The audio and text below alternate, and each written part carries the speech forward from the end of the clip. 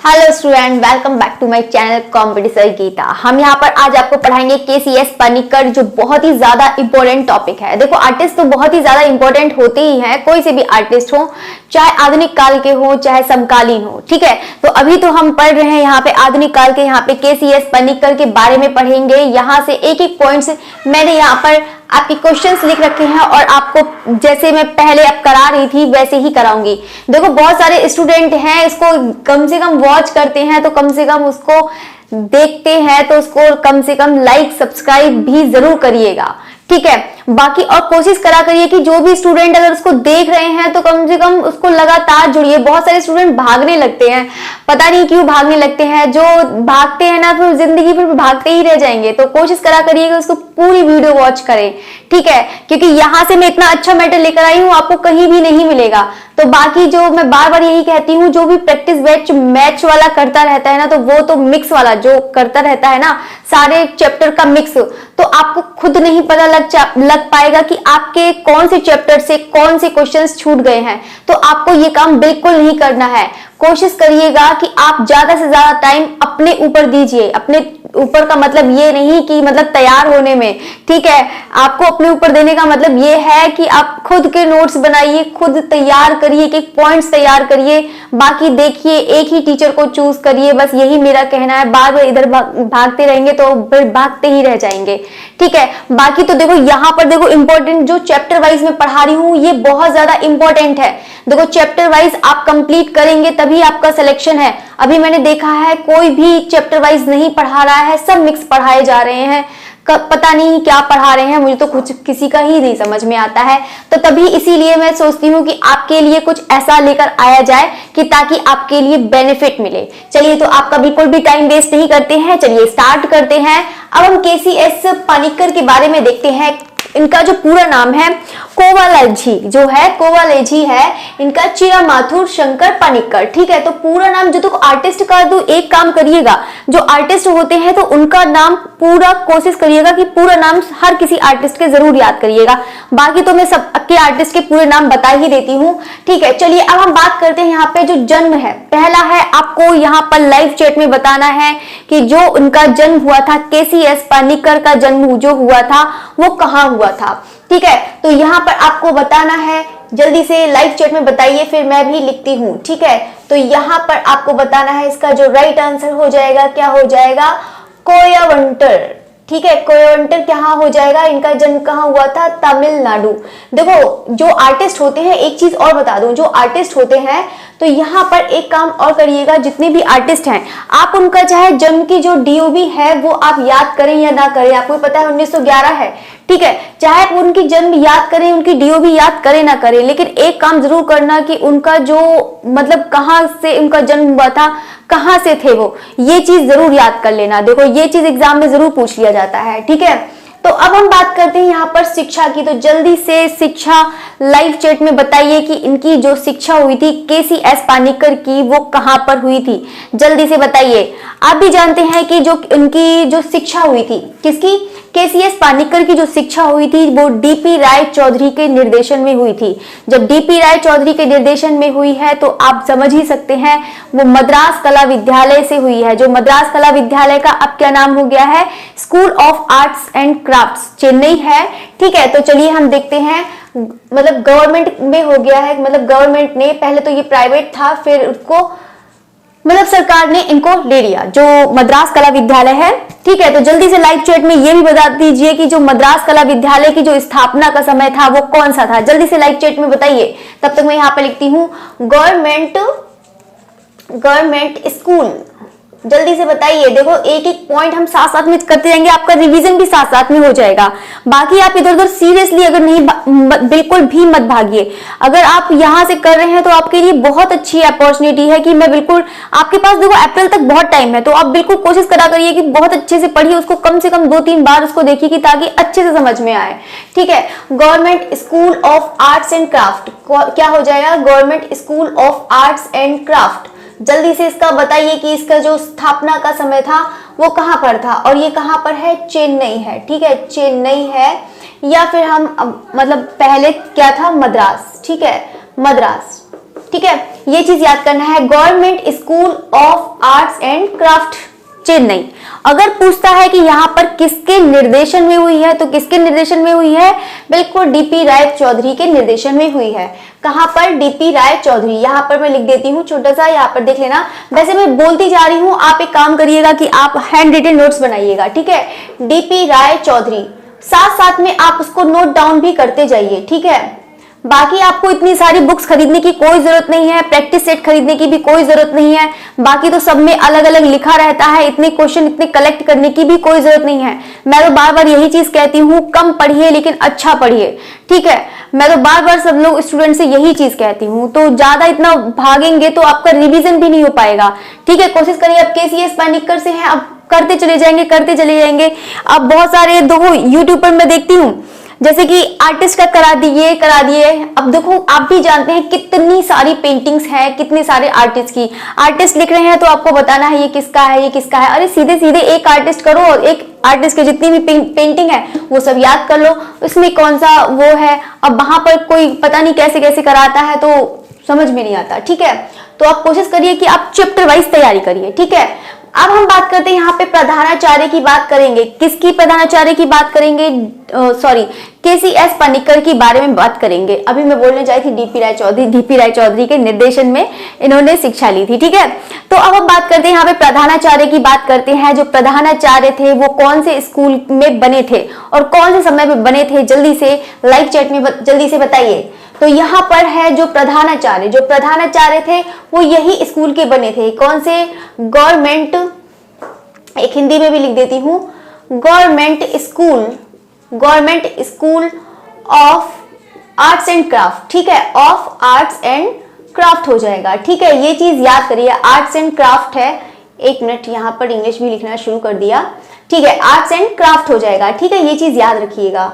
और ये कहाँ है? चेन्नई, यानी कि मद्रास कला विद्यालय। हो सकता है कि एग्जाम में ये चीज मद्रास कला विद्यालय लिख दे, ठीक है। तो ये चीज आपको याद रखनी है कि पता ही है कि government school of arts and craft जो नाम है वो किसका है? मद्रास कला विद्यालय का है, ठीक है। ये चीज आपको याद रखनी है, ठीक है। अब हम देखो यहाँ पर बात करते हैं जो कार्य क्षेत्र है जो इनका। अच्छा, यहाँ पर ये नहीं बताया कि कौन समय में? 1957, ठीक है। 1957 में इनको ये प्रधानाचार्य हुए थे, ठीक है। 1957 में प्रधानाचार्य हुए थे। अगर हम बात करते हैं यहाँ पर कि मतलब 1941 में इनकी नियुक्ति हुई थी। 1941 में इनकी नियुक्ति हुई थी। कहाँ पर? मद्रास कला विद्यालय, यानी कि government school of arts and craft में इनकी नियुक्ति हुई थी। और फिर वो डीपी राय चौधरी के निर्देशन में तो इनको शिक्षा ही मिली थी।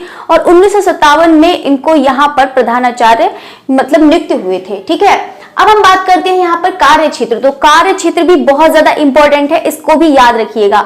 जो इनका कार्य क्षेत्र है वो कौन सा हो जाएगा? जो इनका है, एक तार विभाग में इन्होंने मतलब काम किया था, तार विभाग है। और एक कौन सा हो जाएगा? बीमा कंपनी, ठीक है। कौन सा हो जाएगा? बीमा कंपनी, ठीक है। यहां से एक मिनट आप नोट करिएगा, बाकी तो मैं बोल ही रही हूं तो सबको समझ में आ ही रहा होगा। यहाँ पे जो इनका कार्य क्षेत्र है वो मतलब जो तार विभाग में ये क्वेश्चन आया हुआ है, ठीक है। तो यहाँ पर ये चीज क्वेश्चन पूछ लिया जाता है, एलटी में पूछ लिया जाता है, DSSB। दो कोई भी आर्टिस्ट है तो उनके बारे में पूरा याद करो कि ताकि कोई सी भी क्वेश्चन यहाँ से बाहर ना जाए, ठीक है। तो कोशिश कराइए कि आप टॉपिक वाइज ही तैयार करें, ठीक है। अब हम देखो यहाँ पर बात करते हैं प्रोग्रेसिव आर्टिस्ट पेंटर्स एसोसिएशन की स्थापना कब हुई थी। तो जल्दी से लाइव चैट में बताइए कि इनकी जो स्थापना हुई थी वो कब हुई थी, या इसे हम शॉर्ट में बोल सकते हैं PPA, ठीक है। ये टैग वाला नहीं है, ये किसकी है? PPA है, ठीक है। तो यहाँ पे P फॉर प्रोग्रेसिव हो जाएगा और यहाँ पे P फॉर पेंटर्स हो जाएगा, ठीक है। पेंटर्स एसोसिएशन हो जाएगा, A फॉर एसोसिएशन हो जाएगा, ठीक है। तो यहाँ पर PPA भी बोल सकते हैं, ये PAG नहीं है, प्रोग्रेसिव आर्टिस्ट ग्रुप नहीं है, ये PPA वाला ग्रुप है। तो यहाँ पर जो इसकी स्थापना हुई थी, तो जल्दी से लाइव चैट में बताइए कि इसकी स्थापना का समय था वो कौन सा था। जो प्रोग्रेसिव आर्टिस्ट ग्रुप का जो स्थापना का समय था मैं बता देती हूँ, 1960 में था। और कहाँ पर?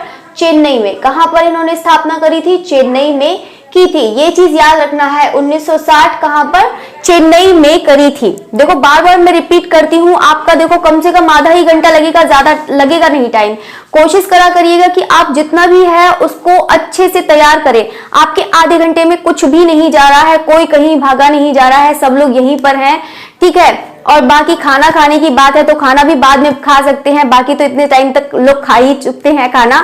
तो कोशिश करा करिए कि जितना भी पढ़ाती हूँ तो आप उसको वॉच करिएगा, ठीक है। बाकी बहुत अच्छा लगता है, सारे स्टूडेंट वॉच करते हैं, देखते हैं, आंसर देते हैं। बहुत सारे स्टूडेंट जो है जो एकदम मुझसे जुड़े हुए हैं तो वो भी बहुत वॉच करते हैं, बहुत अच्छा लगता है। जो पुराने स्टूडेंट हैं उनको मैं देखती हूँ, सीरियसली बहुत अच्छा लगता है, उनके लिए थैंक्स, ठीक है। चलिए अब हम बात करते हैं यहाँ पर आर्ट्स एंड ट्रेंड्स पत्रिका निकाली थी, जो यहाँ पर इन्होंने प्रोग्रेसिव आर्टिस्ट पेंटर्स एसोसिएशन की स्थापना करी थी इसी समय में, मतलब 1960 में तो उन्होंने चेन्नई में निकाली थी। लेकिन अब हम बात करते हैं यहाँ पे जो आर्ट ट्रेंड्स पत्रिका है, ये चीज याद रखना, जो आर्ट्स ट्रेंड्स पत्रिका है, इनकी तो पत्रिका भी बहुत ज्यादा आर्टिस्ट के लिए पूछ ली जाती है, तो ठीक है। तो पत्रिका है जो आर्ट्स ट्रेंड्स पत्रिका है, जो इनको जो निकाली थी इन्होंने इसी समय निकाली थी, मतलब 1961 में बोल सकते हैं, 1961। तो यहाँ पर इनको पत्रिका निकाली थी, पत्रिका तो निकाली थी यहीं, तो यहीं पर है कि आपका चेन्नई ही हो जाएगा, ठीक है। अब हम बात करते हैं, लेकिन कौन, केसीएस पानिक्कर।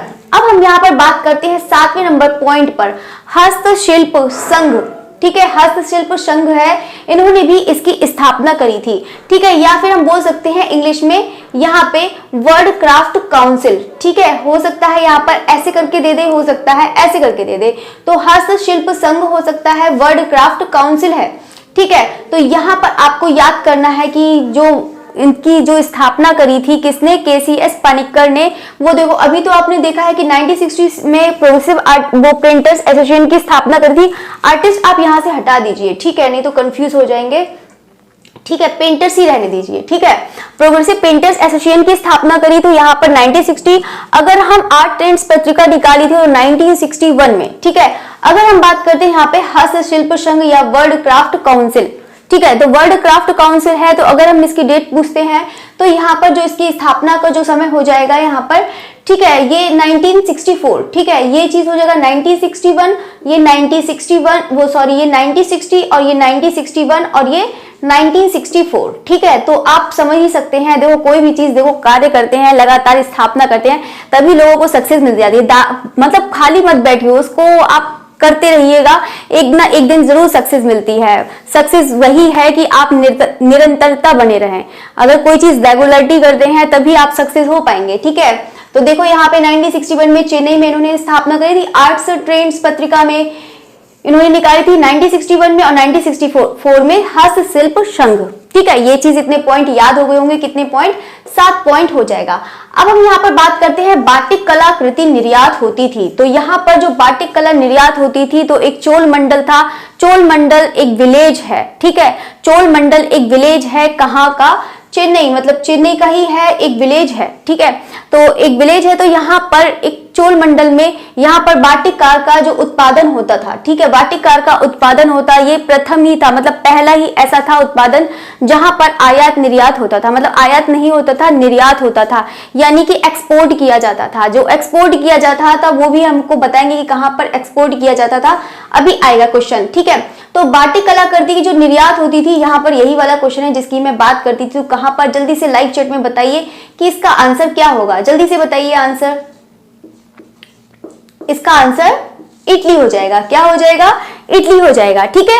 जो आपके 8 पॉइंट है, यहां से 8 पॉइंट आपको अच्छे से समझ में आ गए होंगे, ठीक है। देखो बहुत, अगर आप बिल्कुल इतनी जल्दबाजी, बहुत सारे स्टूडेंट के अंदर इतनी जल्दबाजी होती है, लोग सोचते हैं कि, बहुत सारे लोगों का तो ये भी रहता है कि मैम इतने टाइम में इतने कम क्वेश्चन, लेकिन ये नहीं जानते हैं कि इतने टाइम में कितने सारे क्वेश्चन के बारे में हम जान गए, ठीक है। इससे आपके लिए बहुत क्वेश्चन बन सकते हैं। देखो जैसे कि सन पूछ ले सकता है, जगह पूछ ले सकती है, यहाँ से ही 3 क्वेश्चन हो गए। एक आपकी वो प्रोग्रेसिव पेंटर्स एसोसिएशन की स्थापना हो गई, एक पीपीए का हो गया, 1 2 3, यहाँ पे 3 क्वेश्चन तो ऐसे ही बन गए। तो आपको पता ही चलेगा कि 8 में से कम कितने क्वेश्चंस बन गए, ठीक है। अब हम बात करते हैं यहाँ पे चोल मंडल आर्टिस्ट विलेज की स्थापना, ठीक है, तो यहाँ पर जो इसकी जो स्थापना का समय देखो, स्थापना का समय देखो, ये चीज भी मैं पूरा करा दूंगी। चोल मंडल हो गया, पीएजी हो गया या पीपीए वाला है, जितना भी है वो सब आपको करा दूंगी ताकि आपको पता चले कि कौन से आर्टिस्ट किससे जुड़े हुए थे। ठीक है, तो जहां पर चोल मंडल आर्टिस्ट विलेज है, तो यहाँ पर जितने भी आर्टिस्ट थे, जितने भी कलाकार थे, मतलब जो भी यहाँ पर चित्रकारी करते थे, वो तो बिल्कुल आजाद थे, मतलब बिल्कुल फ्री थे। ठीक है, तो यहाँ पर जो बाटिक कलाकार होता था, बाटिक समझ ही रहे होंगे कि जो कपड़े पर करा जाता है, जो वैक्स से करा जाता है वहां पर। ठीक है, तो बाटिक का ही कार्य है, उसी को ही बाटिक कहते हैं, जो कपड़े पर चित्रकारी करी जाती है। ठीक है, अब हम बात करते हैं यहाँ पर, मतलब बाटिक में टाई एंड डाई भी यूज होता है। ठीक है, अब हम बात करते हैं यहाँ पर यूरोपीय कलाकार का प्रभाव था। अच्छा, इसका नहीं बताया है मैंने, एक मिनट यहाँ पर बता देती हूँ। 1966 कहां पर? चेन्नई। देखो ये चीज, ये आप मोस्ट इंपोर्टेंट है, ये भी मोस्ट इंपोर्टेंट है, ये भी मोस्ट इंपोर्टेंट है, सभी मोस्ट इंपोर्टेंट है। मैं किसका बताऊं? ठीक है, तो चोल मंडल आर्टिस्ट विलेज की स्थापना है 1966 और कहां पर? चेन्नई। कौन सी जगह पर? चेन्नई। ठीक है, ये चीज याद रखना है। ठीक है, चोल मंडल आर्टिस्ट विलेज की स्थापना हुई थी वो 1966 में चेन्नई में हुई थी। ठीक है, अब हम बात करते हैं कि यहाँ पर जो केसीएस पनिक्कर पर यूरोपीय कलाकार का प्रभाव पड़ा था, वो कौन से कलाकार का प्रभाव पड़ा था? तो जल्दी से लाइव चैट में जल्दी से बताइए किसका प्रभाव पड़ा था। देखो बहुत सारे आपके क्वेश्चंस रह गए हैं, लेकिन आप कोशिश करिए, मैं बार बार यही चीज कहती हूँ कि क्वेश्चन करा करिए कि ताकि आपको अच्छे से समझ में आए। सल्वाडोर डाली, और जल्दी से लाइव चैट में बताइए कि सल्वाडोर डाली कौन से वाद के कलाकार थे। ठीक है, जल्दी से बताइए कि कौन से जो सल्वाडोर डाली हैं वो कौन से काल के कलाकार हैं, कौन से उस आंदोलन के कलाकार थे। ठीक है, तो जल्दी बताइए। अब हम बात करते हैं 11 पॉइंट है, भारत कलाकारों के लिए जो पहला गांव था, जो भारत कलाकारों के लिए जो पहला गांव था वो बिल्कुल मैंने अभी ही बताया था, जो पहला भारत के लिए। जल्दी से लाइव चैट में भी आप लोग आंसर देते जाइए। ठीक है, कि ताकि आपको समझ में आए इससे रिलेटेड। ठीक है, ये मोस्ट इंपोर्टेंट टॉपिक है, पहले बता रही हूँ, इसको ज्यादा से ज्यादा आप लोग इसको कम से कम 1-2 बार करिएगा। ठीक है, कि ताकि उसको समझ में आ जाए, और हैंड रिटन नोट्स जरूर बनाइएगा। ठीक है, जो पहला, जो भारत का कलाकारों के लिए जो पहला गांव था वो कौन सा हो जाएगा? चोल मंडल हो जाएगा। कौन सा हो जाएगा? चोल मंडल हो जाएगा। और बाकी देखो मैं बार बार यही कहती हूँ, बहुत स्टूडेंट इतनी जल्दबाजी ना करा करिएगा कि बहुत लोग कहते हैं मैम रात में देख लेंगे, मैम बाद में देख लेंगे। ठीक है, बाकी आप लोग आराम से, आधे घंटे की ही होती है, ज्यादा इतनी देर की होती भी नहीं है, तो आधे घंटे की जितना है पूरी लास्ट तक देखा रहिए। ठीक है, मैं कमेंट में देखती हूँ और सब लोग कहते रहते हैं हाँ इसको बाद में देख लेंगे। जो बाद में करता है वो बाद में ही रह जाता है, तो आप सिलेक्शन भी बाद में ले लेना। तो ये बिल्कुल भी मत करिए। जैसे आप आते हैं उसको देखते हैं, जैसे आपको एक क्लास मिल जाती है, उसको तुरंत आप उसको एक काम खत्म करके छोड़ दीजिए। ये चीज आपने ये चीज अपना ली तो लाइफ में कभी इधर उधर नहीं भटकोगे। ठीक है, तो ये चीज आपको करना है, नहीं तो फिर लाइफ टाइम भटकते रह जाओगे। आपको भटकना नहीं है ना, फिर मत बोलना कि भटकी आत्मा की ये आत्मा। ठीक है, चलिए, नेशनल ललित कला अकादमी का फेलो मिला। देखो यहाँ पर फेलो से याद आ गया कि देखो यहाँ पर बुक आप पढ़ो, जिनको फेलोशिप मिली हो, जिनको उनके बारे में ही पढ़ो तो ज्यादा ही अच्छा है। ठीक है, तो नेशनल ललित कला अकादमी का इनको फेलो मिला था। जल्दी से इनको डेट बतानी है कि जो इनको जो फेलो मिला था, मतलब यहाँ पर, तो इसका जो राइट आंसर है वो आपको बताना है। जल्दी से लाइव चैट में बताइए, फिर बताती हूँ मैं। ठीक है, जल्दी से बताइए आप लोग किसने मिला था। वैसे इतना डेट नहीं पूछा जाता है, बस आपको ये याद करना है कि केसीएस पानिक्कर को यहाँ पर नेशनल कला अकादमी का फेलो मिला था। बस ये चीज आपको याद रखना है।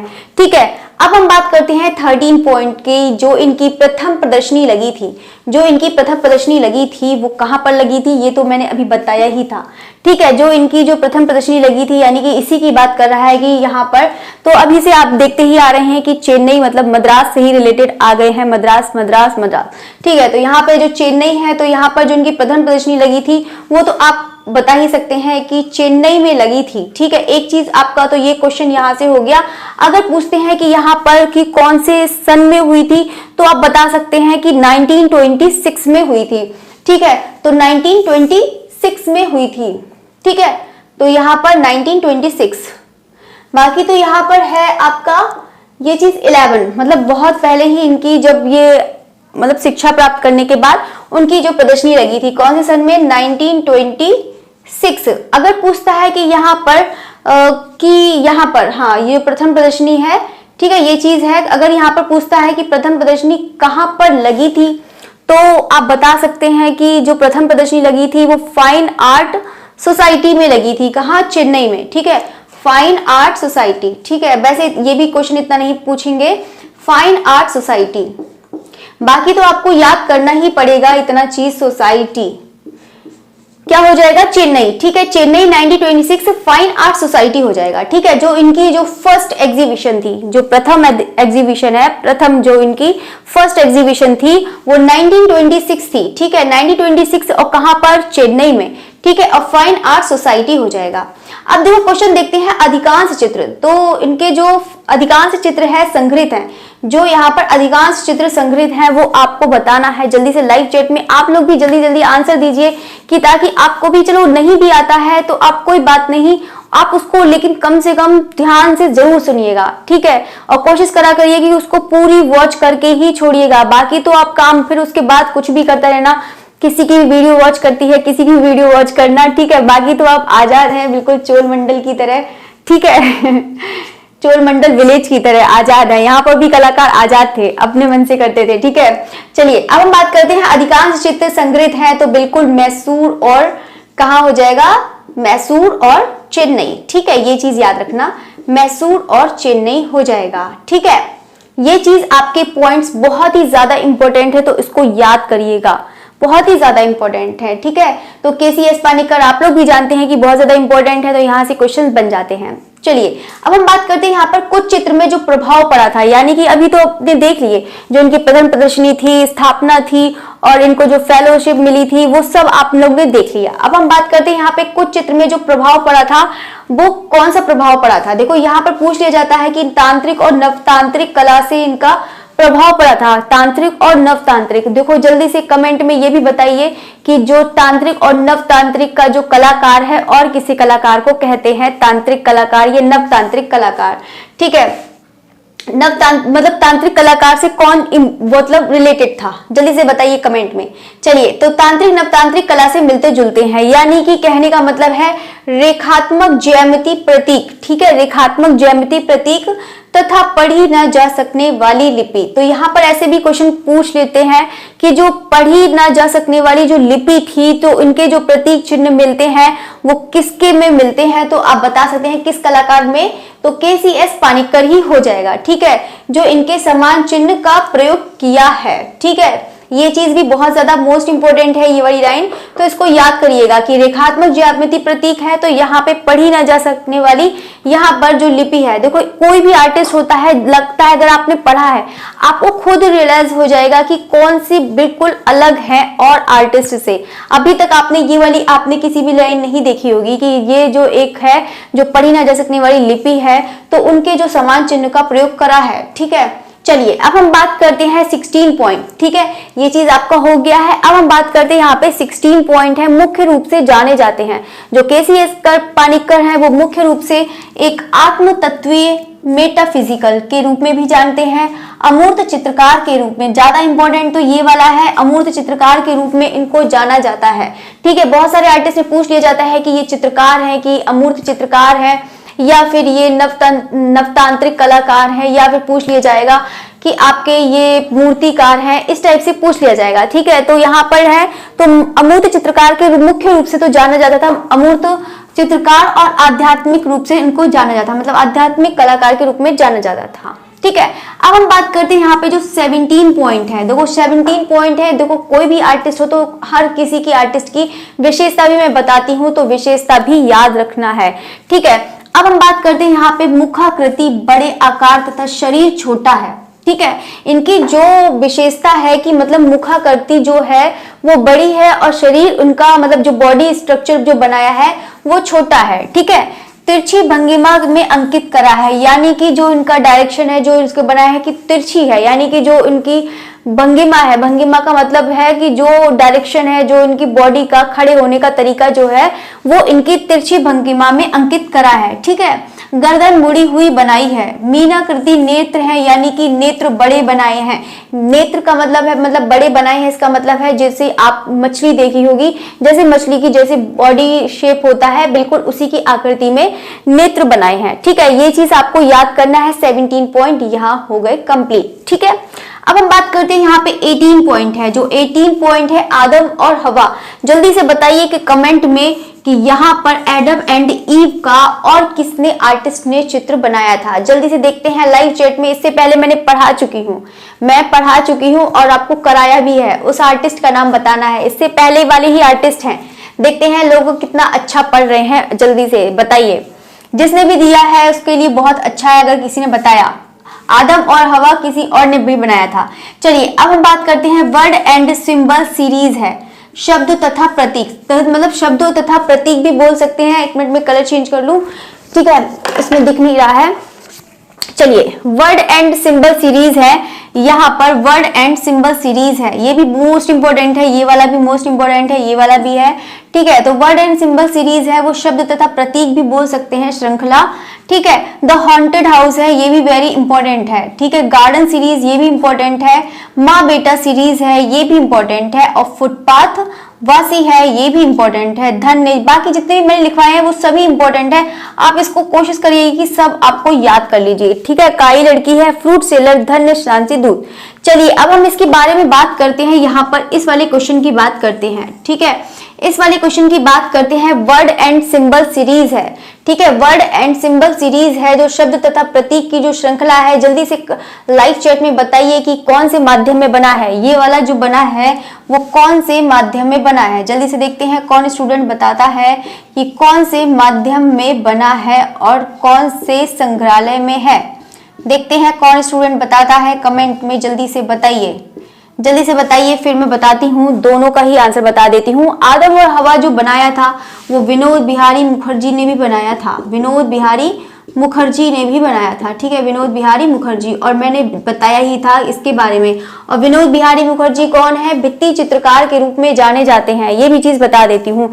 माध्यम इसका जो हो जाएगा वो क्या हो जाएगा, बिल्कुल तैल हो जाएगा। ठीक है, तैल हो जाएगा। अगर संग्रहालय इसमें पूछता है तो संग्रहालय कौन सा हो जाएगा, NGMA हो जाएगा, यानी कि national gallery of modern art.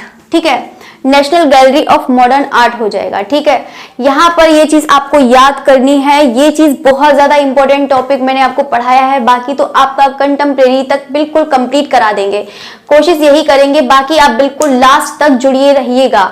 अगर आपने अप्रैल तक बिल्कुल लास्ट तक ये वीडियो वॉच करी है मेरी, तो मैं इतनी गारंटी दे रही हूँ, 100% की गारंटी दे रही हूँ कि आपका सिलेक्शन कोई नहीं रोक पाएगा। देखो, कम पढ़िए लेकिन अच्छा पढ़िए, ये मैं बार बार यही चीज कहती हूँ, कम पढ़िए लेकिन अच्छा पढ़िए। ठीक है, तो बाकी जितना मैं करा रही हूँ इससे एक भी क्वेश्चंस बाहर नहीं आएगा। ठीक है, बाकी तो मैंने बहुत सारी बुक्स का मिक्सअप कर ही देती हूँ, तो इतना आपको भटकने की भी जरूरत नहीं है। यहाँ से एक भी क्वेश्चन आपको गलत भी नहीं पढ़ाया जाएगा। सबसे अच्छी बात है कि एक भी क्वेश्चन गलत भी नहीं पढ़ाया जाएगा। ये नहीं कि कोई सी बुक उठाई, प्रैक्टिस सेट किसी का भी कोई भी लिख देता है, कुछ भी लिखने को तो कुछ भी कोई लिख देता है। यहाँ पे बहुत सारी बुक्स देखते हैं, देखो ये चीज बहुत सारे लोग में मैंने भी ये चीज देखा है। एक चीज याद रखना कि कोई भी जो टीचर आप YouTube पर देखते हैं कि इनका सिलेक्शन हो गया, उन्होंने अपना एडवर्टाइजमेंट करते हैं, ये लोग पैसे देते हैं और फिर इसका एडवर्टाइजमेंट करवाते हैं, अपने बुक का करवाते हैं, प्रचार करवाते हैं, इसको प्रचार कहते हैं। ठीक है, एडवर्टाइजमेंट करवाते हैं, तो उस पर बिल्कुल भी मत जाओ कि हाँ इसका सिलेक्शन हो गया है और इसने हो सकता है उसका तो सिलेक्शन हो गया, उसका तो काम निकल गया, वो क्यों अपना राज खोलेगी कि हाँ मैंने कैसे पढ़ी। क्योंकि हर किसी का कोई भी सक्सेस अगर करता है तो आप लोग भी जानते हैं कि बहुत मेहनत लगती है, बहुत ही रात दिन मेहनत करनी पड़ती है। ठीक है, वो चीज कोई नहीं बताएगा। नहीं तो कोई बहुत ज्यादा कहते हैं कि अरे राशि रस्तोगी पढ़ लो हो जाएगा, राकेश गोस्वामी पढ़ लो हो जाएगा, यूथ पढ़ लो हो जाएगा, तो ये बिल्कुल ये सब बिल्कुल फालतू की बातें हैं। ठीक है, तो इस पर बिल्कुल भी ना ध्यान दें। अभी बस इतना ही टाइम है कि आप कोशिश करिए कि जितना मैं करा रही हूं बस आप कोशिश करिए कि उतना बस आपको रटना है। ठीक है, बार बार उसको लिख कर देखिए, बार बार उसको करना है, बस टॉपिक वाइज ही करिए। मैं यही चीज कहती हूँ। अब भी आपके पास टाइम है, अप्रैल तक टाइम है। पूरी कोशिश करूंगी कि मैं तो सोचती हूँ कि इंडियन भी आपका खत्म करवा दूं। इंडियन तो चल ही रहा है, इंडियन चल रहा है, उसको भी आप कंप्लीट करेंगे। ये 9 बजे डेली हुआ करी, मतलब ये 9 बजे है, आपको 9 बजे क्लास मिल जाएगी ये वाली। ठीक है, ये चीज याद रखिएगा, ठीक है। बाकी तो आपको पूरा करा दिया जाएगा। बाकी फिर जो भी स्टूडेंट इसको देख रहा है तो उसको कम से कम सब्सक्राइब जरूर करिएगा। सब्सक्राइब करते हैं लोग सोचते हैं कि अरे मैम कितने कम सब्सक्राइबर है, तो सोचते हैं कि अच्छा कंटेंट नहीं होगा, लेकिन जो पुराने स्टूडेंट हैं वो लोग तो जानते ही हैं कि कैसा है, तो वो लोग तो जुड़े ही हैं और हमेशा जुड़े ही रहेंगे, ठीक है। क्यों जुड़े रहेंगे कि नहीं, जल्दी से कमेंट में बताइए। चलिए ठीक है। और बाकी जो अगर अच्छा लगता है आपसे पढ़ने के लिए, इसको कमेंट भी जरूर करिएगा। आप लोग कमेंट करते हैं, मुझे सीरियसली बहुत अच्छा लगता है। बाकी फिर मिलते हैं नेक्स्ट डे, मिलते हैं। Okay, thanks for watching.